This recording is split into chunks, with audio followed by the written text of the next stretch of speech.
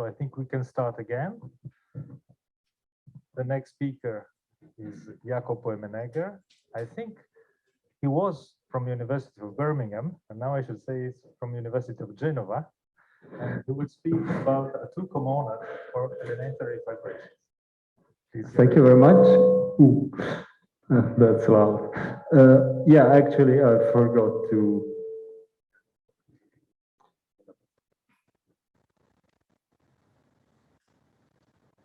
Change my affiliation.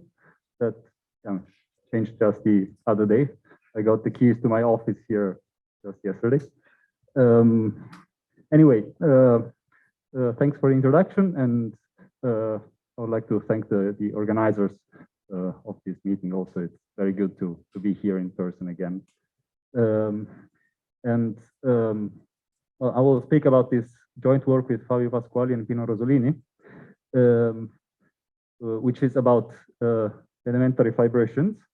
So this by fibration, I mean a Grothendieck fibration, and the elementary ones, they generalize something you've already seen, which are the elementary doctrines that Francesco Dalignino spoke about yesterday a bit. And well, he's already said something, but this provides basically an algebraic specification for logics with equality. And what also was mentioned by Francesco is that we can characterize this equality predicate in elementary doctrines as these binary relations which are reflexive and that satisfy this condition, which, just to use some fancy wording, I will call the Leibniz indiscernibility of identicals. Basically, two equal elements satisfy the same propositions. That's the idea. And with this observation, casted in mathematical terms, of course, we can then we could prove this theorem that elementary doctrines are two comonadic over those with conjunctions, and the two comonad is like idempotent. Now, what I will speak about today is a generalization of this to not necessarily faithful elementary fibrations. And now, in the non-faithful case, we have that now the equality becomes a groupoid, and the indiscernibility of identicals now has witnesses. I mean, we don't have an order in the fibers; we have actual arrows now, and these turn out to be algebras for a monad generated by the groupoid. I mean, if you want, you can also regard this as descent data for this groupoid of equalities. Anyway, this observation leads us to the generalization that I mentioned, that elementary fibrations are two comonadic over those with finite products. And again, the two comonad is like idempotent. And now we can understand the co-free ones as sort of those fibrations that have some category of groupoids as a base, and then the fibers are given by this descent data, which we will construct using a monad. And then we can regard the elementary fibrations as those subfibrations of the co-free ones, which are closed under what I call this indiscernibility of identicals. And as a more practical consequence, we will also obtain understandable equational characterization of elementary fibrations. All right, so let's look at the definition. This is like the canonical way to define elementary fibrations using adjunctions. You have this reindexing along this parametric diagonals where the parameter is z. And by the way, I will use this notation for lists of projections. This is a very convenient notation, I think, which I learned from Pino. And anyway, these left adjoints must satisfy a condition called Frobenius reciprocity, and then the Beck-Chevalet for these kind of pullback squares, since we only are assuming to have products in this fibration. So we have products in B, in E, and K preserves them. Or equivalently, we have them in B and in every fiber of E. All right, so these are elementary fibrations, and here we have a few examples. Of course, the elementary doctrines are examples, in particular the syntactic ones. Then you have the fibration of families of a category when this has initial object. Then code, when it is a fibration, is also elementary. And also, if you have a nice orthogonal factorization system, then you take the right class, that's also elementary. And well, these are well known. This is perhaps a bit less well known. The split cloven isofibrations and the morphisms that preserve the cleavage are fibered over cat, and this fibration is elementary, and it restricts to the fibration over groupoids as well. All right, so let's look at another definition of elementary fibration, which is more useful for our purposes. But first, recall that an arrow is co-Cartesian if precomposition with it defines a bijection of this kind. So it's really the dual notion of a Cartesian arrow. And the idea is that you have a bijection between the vertical arrows into C and the arrows into C from A that are over K of phi. And then we can say that a fibration is elementary if it has these co-Cartesian lifts for every A that are over these parameterized projections that we had before. And the point is that the codomain of this co-Cartesian lift is the value of the left adjoint. So that's how you pass from one to the other. And then the Beck-Shevali and Frobenius correspond to a couple of stability properties for these co-Cartesian arrows that I won't spell out, but I'll show you a special case where we start from the co-Cartesian lift at the terminal object, which is this arrow here on the right, and then we pull it back along this pullback. So this guy here is a Cartesian square. You note that the Cartesian arrows are not denoted with a smooth hat, and the co-Cartesian ones with a crossed hat. So these stability conditions tell us that this arrow then is also co-Cartesian, and if we pair this one with a Cartesian arrow over this parameterized diagonal, then we get a co-Cartesian arrow into this fibered product of these two guys. But we also have a co-Cartesian lift here, which is given by assumption. So the two must be the same because co-Cartesian arrows are unique up to iso. So we have this natural isomorphism, which in fact characterizes Frobenius and Beck-Shevali in this sense.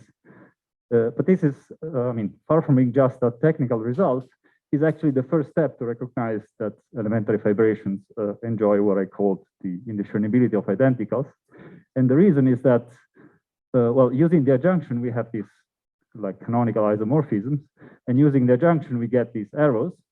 And thanks to the previous lemma, we can recognize these arrows for what they are, namely a sort of internal composition and a witness that that A is a descent datum, basically. And we can also construct a sort of internal inverse. So these two satisfy some groupoid laws, and this one satisfies some action laws, as you would expect. So it follows that we have these isomorphisms, which in the internal logic, a bit abusing it, you can describe in this way, like establishing an isomorphism between the internal fibers of A. Right, so this is like if you want, a proof-relevant version of the indiscernibility of identicals. And all right, so this is what happens in elementary fibrations, and the idea now is to turn everything upside down. So let's define a loop in a fibration with now only products. A loop is given by an object over the product of X with itself together with an arrow over the diagonal. And well, we can do the same construction from before, obtaining these arrows that now I call parametric loops. Now, these are not necessarily co-Cartesian now, of course, but the point now is to understand how to make them co-Cartesian, to find the conditions that give their universal property. And for the existence part of their universal property, we have this structure. So let's say that a fibration with products has productive transporters if there is a loop for every object in the base. And then we have what we call a carrier,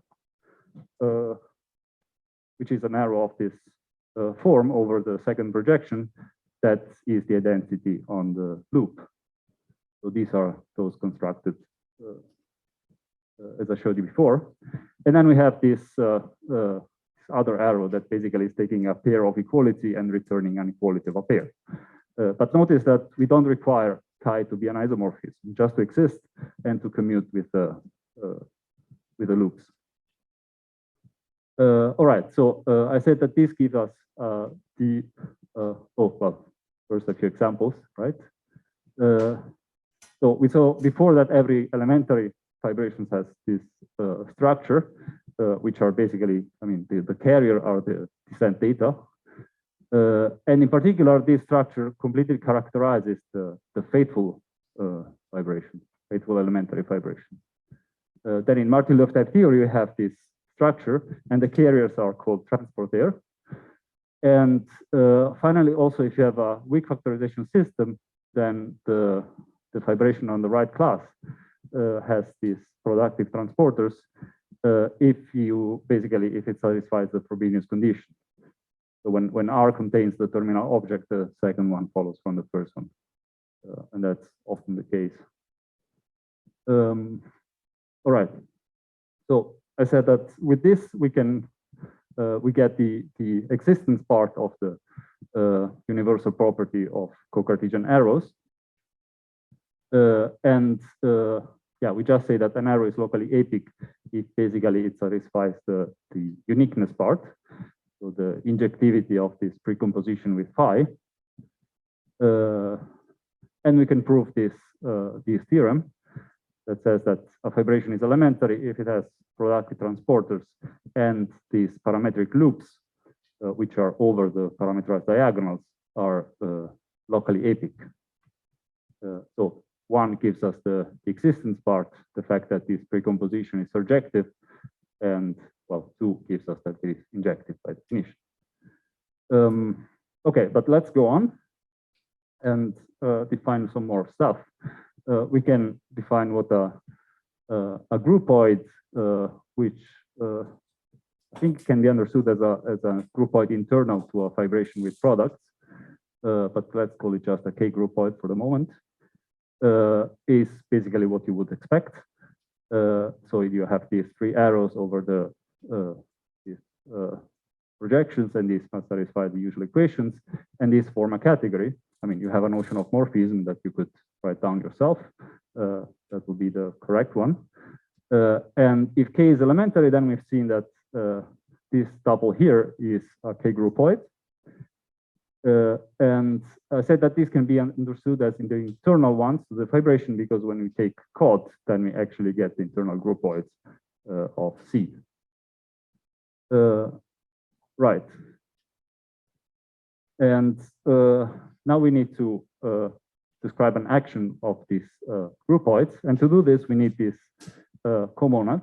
I mean, actually, we need a monad, not a comonad. But we start with this comonad called the reader comonad, and we take the Cook-Lisle category. Well, it has this adjunction which generates the monad that we are interested in. And as an indication of why this is good for us, note that this is this is supposed to be the unit and the multiplication, of course, of the monad M. They're not the co-unit and co-multiplication of the comonad. So please forget the co in front.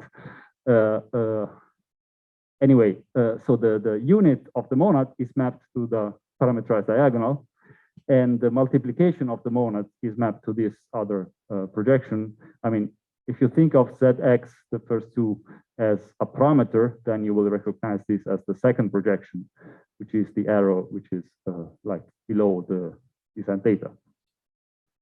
All right, so we have this monad on the Cook-Lisle category, and we can take the pullback of K along this functor L, which takes an object Z to the product of Z with X.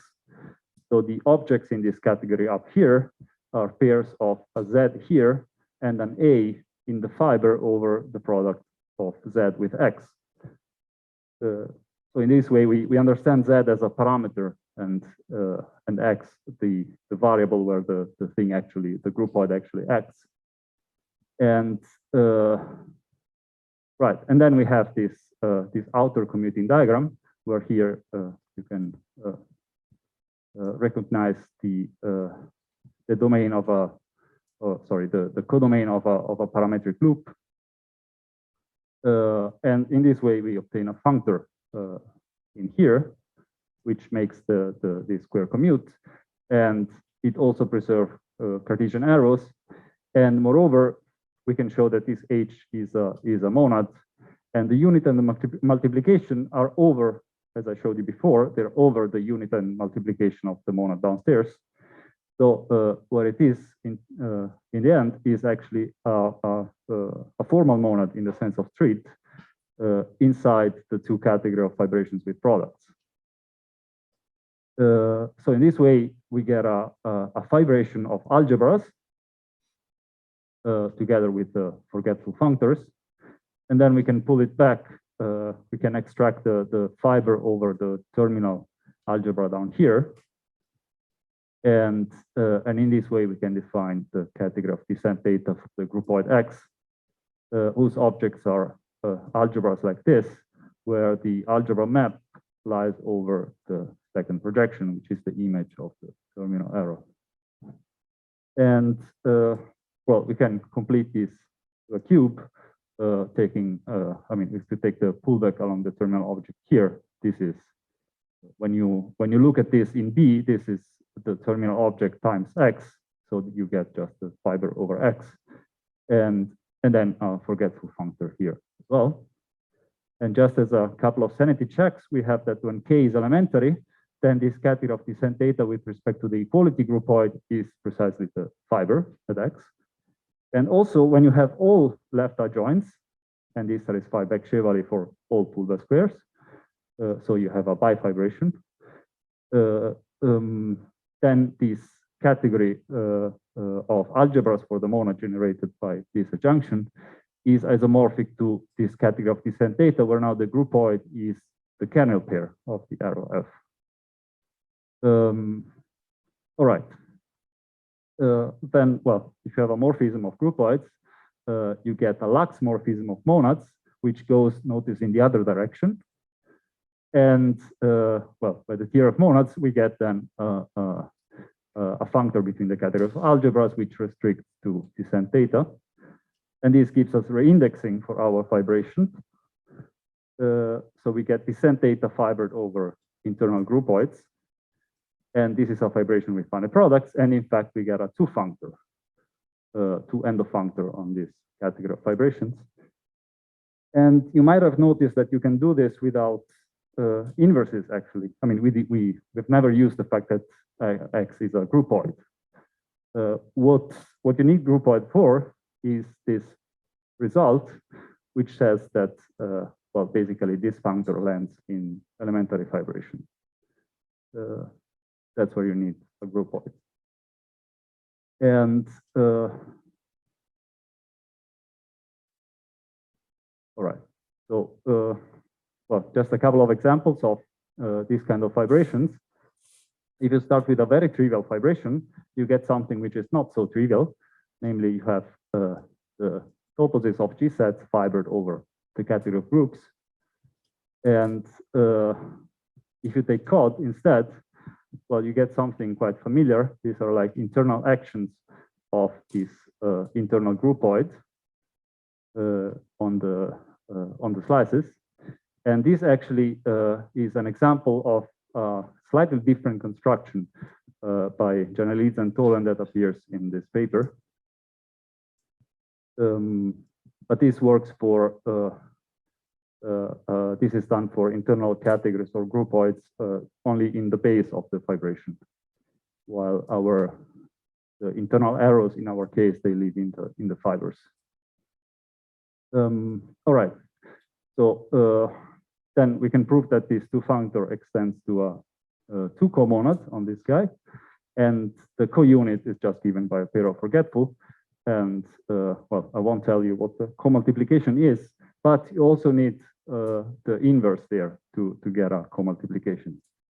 So you don't get two comonads, or not in the same way if you start with K categories and stuff.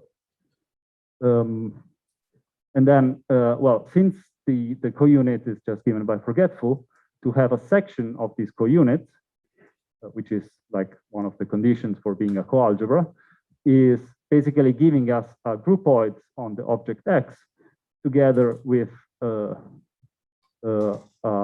algebra map for each element in the fiber over X. So basically what this is giving us is productive transporters. It's productive because this is supposed to be to preserve products as well. And it's not difficult to show also that a subvibration of a vibration well, enjoys this property for locally epic arrows. So basically, this notion is stable under subvibrations, if you want. And in this way, you prove that a coalgebra is necessarily an elementary vibration, and you can do the converse as well. So the productive transporters are giving us all the data for constructing a section to the co-unit. And then you need to verify all the groupoid and algebra and the functoriality equations. And these are all ensured by the fact that the parametric loops are locally epic. So we get that vibration is elementary if and only if it has a section of the co-unit. And once we have this result, it's quite easy to prove the main theorem that I mentioned at the start. Yeah, we have that this two category is two comonadic over this other one, and the two comonad is like side and potent. And as a consequence of this, actually of the lemma, that's enough, we get this presentation of elementary vibrations, which is purely equational.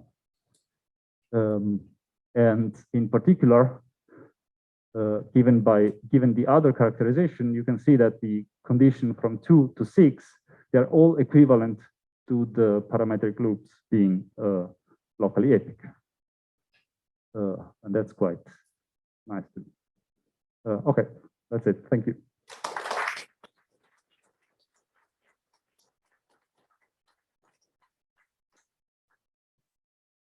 Thank you very much, Jacopo, for your talk. And other questions or remarks in the audience here?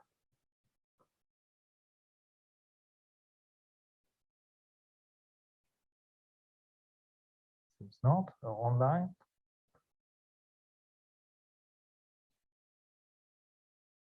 So it seems that everything was clear. And so thank you very much again for your talk.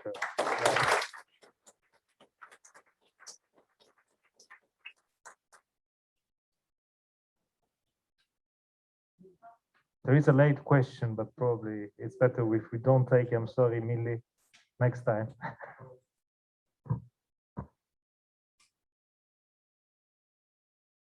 So we have a 5-minute break before the next talk, but we would like to invite all the people who are online to put the camera on, because the organizers at the beginning of the talk, if I understand, at the end of the talk of Peter Johnston, would like to take a picture of all of you who are online. So it will be a conference picture of the participants online. So thank you in advance. I shall repeat that at the end of the talk.